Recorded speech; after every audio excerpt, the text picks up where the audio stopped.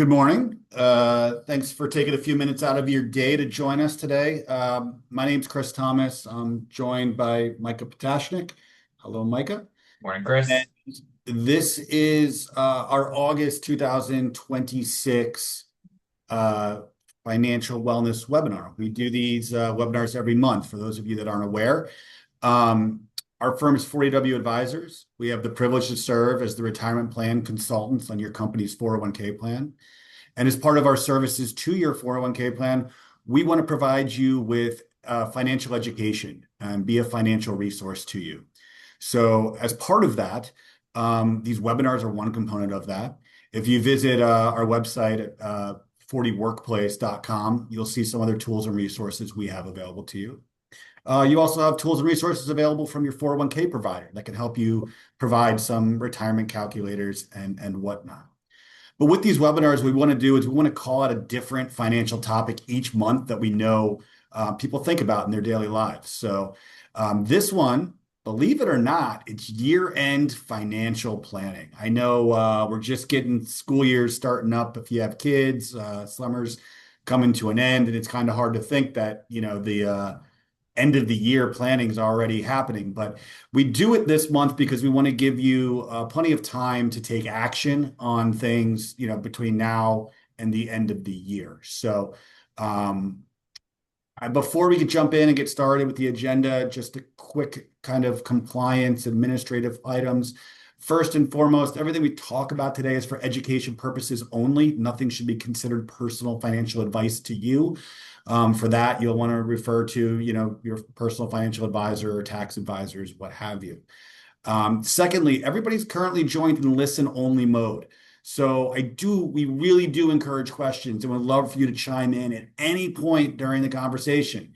You can do that in the Q&A box that's part of the meeting control panel. So please feel free to jump in with questions. We'll try to take them on the fly, and if not, we'll absolutely get to them at the end. So with that out of the way, let's get into it. So as I mentioned, 40W Advisors, 40 Workplace is our firm, and here we are to present to you today. And Mike is going to run with a lot of this to at least start, and just to kind of set the table for you. We broke it into two kind of sections here. First, we're going to talk about all of those things that need to be done before the end of the year, before December 31st. We'll start off talking about some of the things that you have available to you probably through your employer benefits, yours or your spouse's. Remember, your spouse might have different benefits that you don't have on your side, and vice versa. And then we'll also talk about some of the things that are outside of the company benefits and the company plans you might have, to remind you of some of the deadlines coming up for that. So we'll talk about everything needs to be done by December 31st, and then we'll kind of touch on a couple of things where you have a few more months to plan on. So with that out of the way, I'm going to turn it over to Micah, let Micah roll, and I'll chime in throughout. So Perfect. Thanks, Chris. So yeah, let's start with maximizing those 401k contributions. So we're going to outline here some important steps to help ensure that you're making the most of your retirement savings. First, really important to review your year-to-date deferrals in your plan portal. This will help to see how much you've contributed against this year's limit. Consider also whether any remaining paychecks or bonuses can accommodate a higher deferral rate. This could be a great opportunity to boost your savings if you happen to have some financial flexibility as you approach year end here. For those that are 50 and older, don't forget to check in on your catch-up contributions. These catch-up contributions can be a significant advantage to increase your retirement fund. And it's really important to ensure that you're contributing to receive that full employer match. This is, your employer match is essentially, free money for your retirement funds. And so you don't want to be leaving that on the table. And lastly, don't delay in submitting any election, to give it plenty of time for payroll processing. Deferrals must come from your paycheck. So when that final payroll is very, very key. So really kind of by taking all these steps, be better positioned to maximize yourself for retirement contributions and, again, take advantage of those, benefits that your employer offers. I'll pause there for a quick second, Chris. Anything to add to any of that? Yeah, what I was trying to look up on the screen when I flapped it up, so I just wanted to make sure I was communicating what those deferral limits are. We probably should have put those deferral limits on the Yeah. screen here. So as a reminder, if you are under age 50, your contribution limit to your 401k plan for this year is $24,500. If you will be 50 or older by the end of this year, by 12/31 of this year, you can do an additional $8,000 catch-up contribution. So the $8,000 is that catch-up amount that Micah referred to. Now, there's another weird thing that we've talked about before, and that's if you're between age 60 and 63 at the end of the year, your catch-up is a little bit higher. It's $11,250. So anyway, worth looking up. If you don't remember what we talked about today, just look up the 2026 401k contribution limits. And if you want to increase your contributions to hit that maximum, you'll need to do that before, you need to do that through payroll. So you'll want to get that started as soon as possible. So you have enough pay periods to hit your maximum. Exactly. And we, as Chris said, we do have a slide later on here that has all those different deferral limits. So we'll be able to touch upon those as we keep on talking about 401ks, HSAs, things like that. So yeah, the next thing that's really important is diving into the health savings accounts. These are again, a really crucial component to year-end financial planning. As a reminder, HSAs, so health savings accounts, which differentiate from FSA accounts, flexible spending accounts, which we'll touch upon as well, are available if you are enrolled in a qualified high deductible health plan. One of the advantages to HSA accounts is they offer what's called triple tax advantage. They're tax-free when you put the money in, they're tax-free when that money is invested, and as long as you use the funds for qualified medical costs, they're tax-free during distributions as well. What's also nice is any unused balances roll forward. So there's no year end that you need to spend everything down. So if you have a balance at the end of the year, you don't need to use it. You're welcome to, but that can carry on and be an investment account that can build up over the time to cover future medical expenses. When quickly on the kind of the payroll side, payroll contributions, if you're making payroll contributions to the HSA accounts, those are really effective because not only do you get that triple tax advantage, those contributions also avoid Social Security and Medicare tax. If you happen to miss the deadline for payroll contributions, you can still contribute directly through your custodian until the deadline for the prior year. So if you go through the custodian, you have a little bit extra time to make those HSA contributions, but just remember that those contributions won't have any effect on the payroll FICA tax savings. Again, I'll pause there, Chris. Anything to add on the HSA side? Just to point out who the custodian is, the custodian would be if you're paying directly out of pocket to, say, Fidelity or Health Equity or whoever your HSA provider is. Mhm. That is your custodian. So if you're paying them directly, you have a few more months. If it's going through payroll, you have to have all your contributions in by the end of the year. So diving into, the FSA side. So again, FSA stands for a flexible spending account. They offer a little different rules than the HSA side. So it's really important that, when regarding your healthcare FSA, that you consider scheduling any dental or vision appointments you've been putting off. It's a really good time to start looking to refill prescriptions, to stock up on eligible medical supplies. It's really important to, if you're looking to submit for outstanding claims for reimbursement, that you submit those in time, that you're not leaving money on the table. When it comes to when you can use those FSA funds, the 12/31 is sort of the general cutoff. Some employers will offer a little bit additional grace period that can extend anywhere between 60 to extra 90 days. So it's really important to look into your specific plan and see when do those FSA funds need to be used by. So that you can get a little bit extra carryover into that spring time. On the dependent care side, similar, it's really important that you reconcile what you've elected versus what you've claimed. Make sure you submit for those daycare, after school programs. And then, when it comes to open enrollment, it's really important to set those elections as well to cover the 2027 tax year as well. So it's, don't assume any unspent balance is safe. Make sure you utilize those funds, take those receipts, get the reimbursement, and ultimately, it's a wonderful tax saving mechanism. So you want to be able to fully take advantage of it if you're trying to. Chris, feel free to add in now. I'll put in a little plug for next year, for Yeah. next month's webinar. Next month's webinar, we're going to be talking about helping you. It's called Dominate Your Open Enrollment, and it's going to be focused on helping you make good decisions during your open enrollment period. A lot of companies have an October benefits open enrollment. So next month, we're going to do kind of a crash course on FSAs, dependent care accounts, HSAs, and we're going to point out where some of the other tax benefits are within your employee benefits offering. So stay tuned for that next month. Just to drive home a couple of points here on the FSA, the FSA, as Micah mentioned, the money doesn't carry over. So you need to incur those expenses by the end of the year. Have a friend whose daughter worked at Warby Parker, right? The eyeglass store. They get really busy in December because people come in and they want to use their flexible spending account dollars before the end of the year. So it's a great time if you have extra money left in your FSA, you don't want that to go to waste. So maybe you run out, get those new glasses, contacts, or whatever you need done. But it can also be difficult to get doctor's appointments during the end of the year too, because everybody's trying to get in before the end of the year. So that's the big thing with the FSA.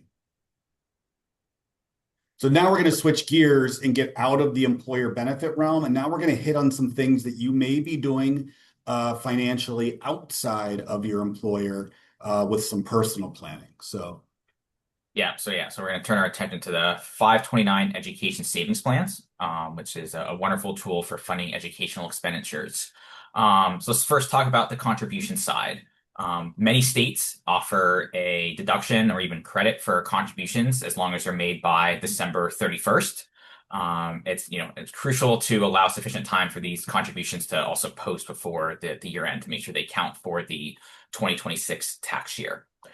On to the distribution side, it's really important to ensure that any sort of withdrawals you make align with the year which that expense was paid.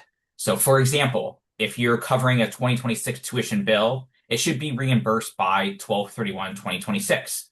That way it can be taken care of for the 2026 tax year. So it's really important to keep those tuition, fees, books, necessary equipment, room and board expenses all intact to submit for those reimbursements.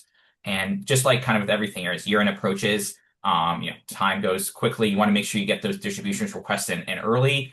So processing and mail time can be factors that ultimately don't work against you, and those can be taken care of for 2026. So that's really what's important is that 12/31 is a hard set deadline. So it's making sure that you've allocated enough time to get those contributions and distributions in place. And Chris, go let me ahead. clarify something there too. Yeah. You need to reimburse yourself for any expenses paid during the calendar year. So it's the time the expense was paid.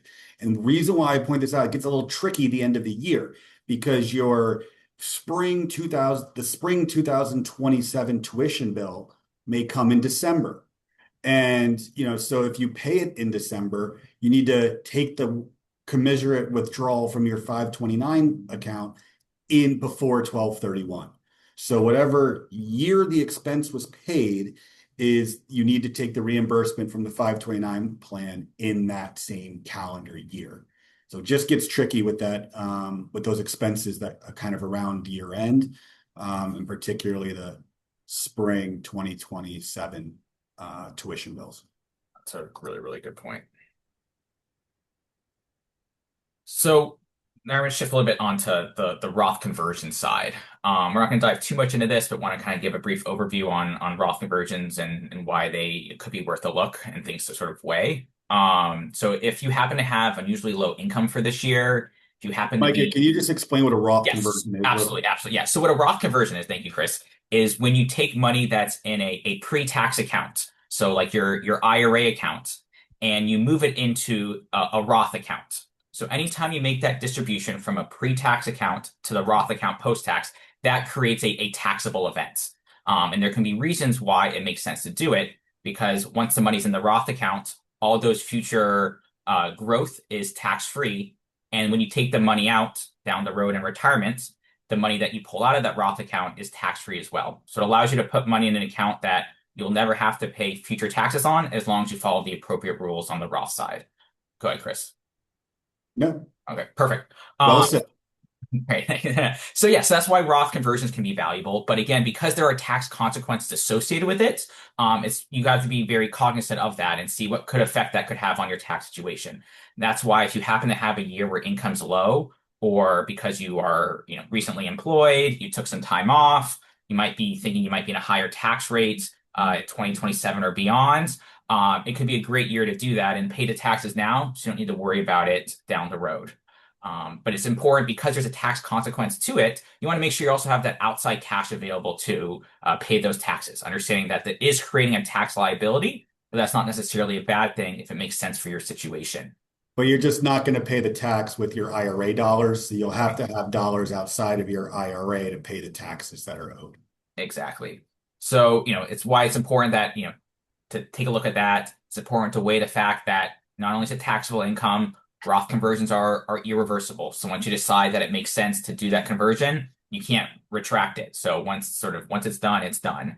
And if you are looking to do it, keep in mind that if you are at an age where you have, if you're on Medicare, that can affect income levels when it comes to premiums, things like that. And just like with everything as the year end approaches, custodians need that lead time. You don't want to wait till December 30th to try to do a Roth conversion because if the custodian doesn't process it in time, it might not count for the 2026 tax year. So really important. That's why we're having this conversation in August, so we can start those planning conversations so you're able to do it well ahead of time and not try to do something and then have it not get done.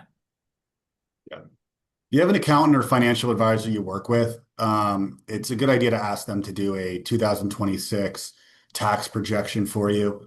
But soon, like in the next few weeks or a month, just so that you can make some decisions about things like Roth conversion and some of the stuff that we're going to talk about here as well.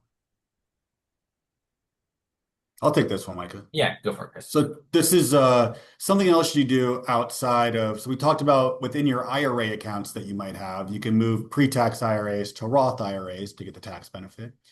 Well, if you have investments in taxable accounts, meaning they're non-retirement accounts, and if you have investments, those that have appreciated in value, well, then you have what's called unrealized capital gains in your account. You may have some investments in there that have actually, gone down in value since you purchased them. There you have unrealized capital losses. So the idea of tax loss harvesting is that you just look inside your investment accounts. Again, these are not IRAs, but non-IRA accounts. And you say, do I have some gains and some losses? And do I want to sell some of my winners and then realize that if I might have to pay tax on that capital gain, and then I can go offset that tax on the capital gain maybe by selling some of the losers. Maybe you just sell, some of the stocks or investments you have that are at a loss. And what you can do is you can use $3,000 of those, what are called capital losses. You can use $3,000 of that to reduce your income come tax time. So if your taxable income is 100,000 and then you back out $3,000 of capital losses, you would only be taxed on $97,000. So it's just a good time to review and be aware of what the tax liabilities are within your investment accounts that are non-IRA accounts. Again, if you have an advisor or you work with, it's a good thing to ask them to review. Hopefully, they're reviewing it proactively. If not, then you might want to ask them to review that before the end of the year. Anything I missed there, Micah? No, the only thing to add is that, it's across all your taxable accounts. So if you have multiple taxable accounts or have multiple accounts at different custodians, all that's combined across the board. So I just wanted to add that point. Yeah, maybe a good example is I know like, some people on the outside like to buy crypto assets, Bitcoin or what have you, hasn't done very well. So you may have some losses in Bitcoin that you may, if you don't feel positive about it, you may want to sell and take some of those capital losses. I'm not telling you to do that. You have your own investment kind of theories on whether it's going to go up or down, but you may have some losses there that you could take for tax purposes. All right, Micah, back to you. Yeah, no. So next thing we want to just touch upon is the charitable gift side.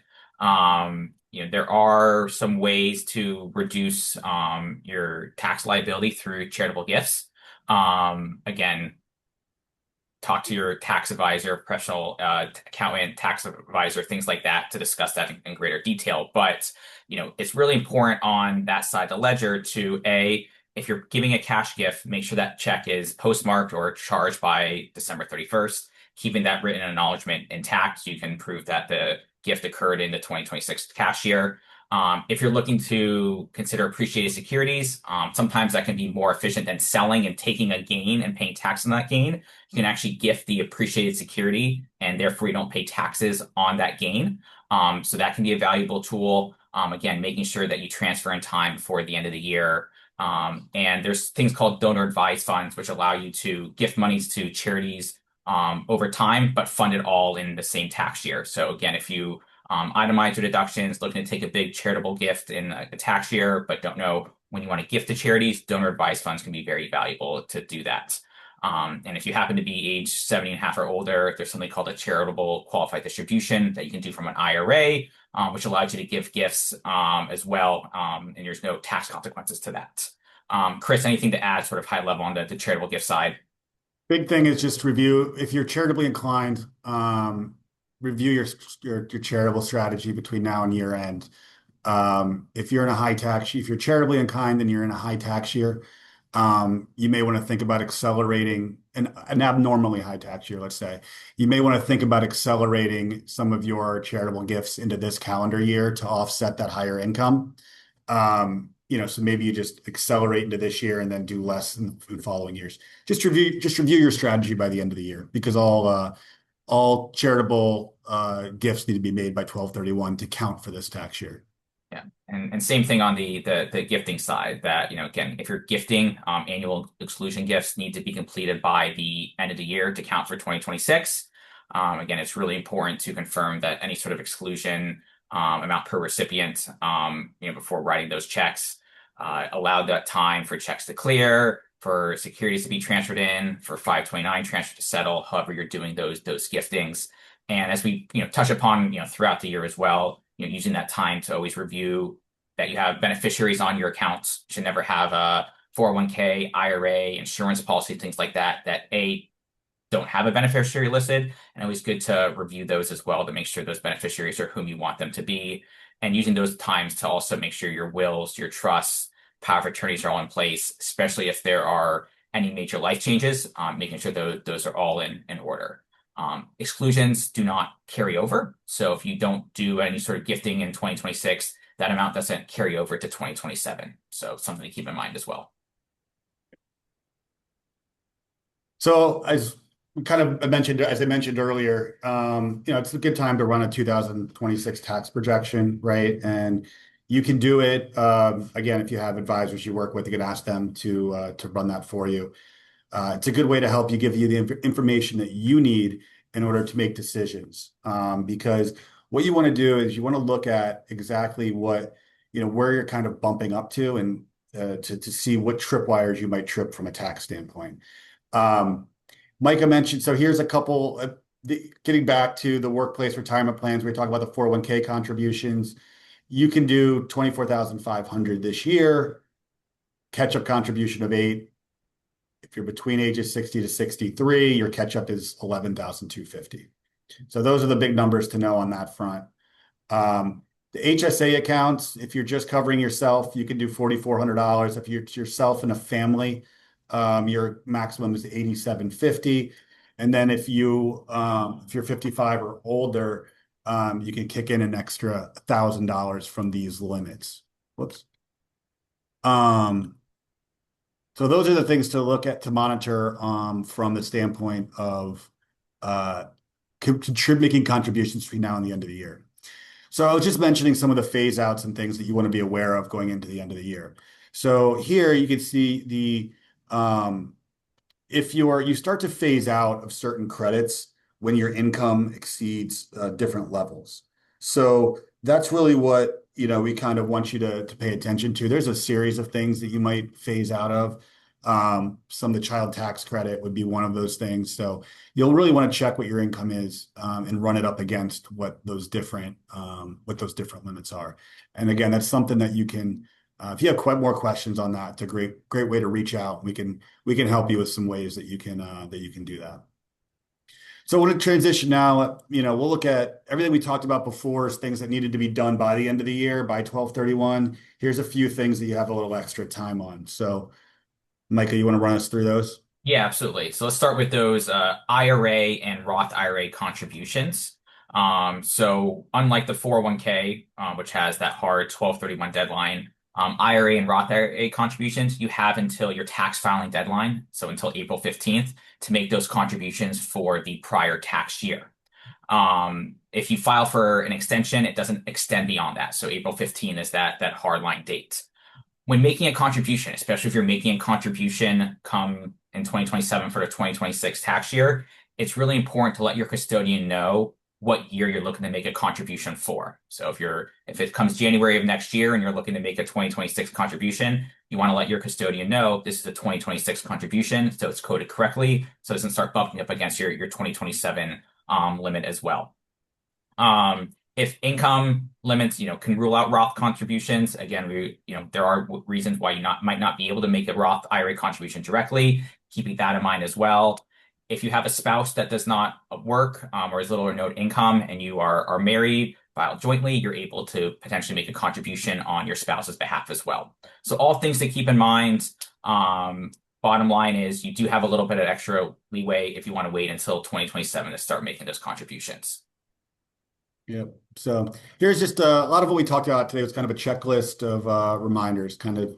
So the important things to maybe consider from an action item walking out of here is, you might want to now start running your 2026 tax projections. You want to review your year-to-date 401k and HSA contributions. Just look at your last pay stub, see what your year-to-date 401k and HSA contributions are, and then see if you're on track, do the math to figure out if you're on track to hit those limits, those maximum limits that we talked about earlier. November timeframe may be a good time to fine tune that charitable plan if you're worried about making charitable contributions before the end of the year. Also a good time to start thinking about where you're going to spend any extra FSA dollars. So maybe you look to see how much you have left in your flexible spending account.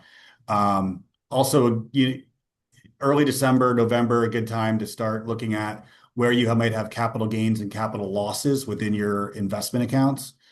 And also make your final decision on whether or not you're going to do any Roth conversions. You really want to start a Roth conversion early in December, kind of at the latest, because financial institutions get a lot of requests at the end of the year. And I know sometimes they won't guarantee that a conversion will be done, if they receive it after December 15th. And it just has to do with holiday schedules when there's a lot of days off, a lot of non-business days towards the end of the year. So you really want to have a good idea of what you're, processing any Roth conversions that you want to do early December. And then by April 15th, as Micah mentioned, HSAs, Roth, or fund your IRAs or Roth IRAs if you're eligible and can make those contributions.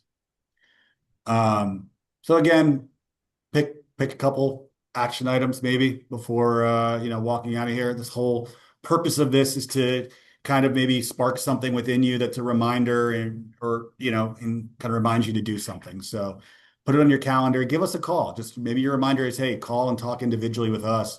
Because again, that's part of what we're here to offer. So here's a number. You can reach out to us, email address. Reach out. You can schedule a time to talk with us one-on-one. That's part of the service that we provide.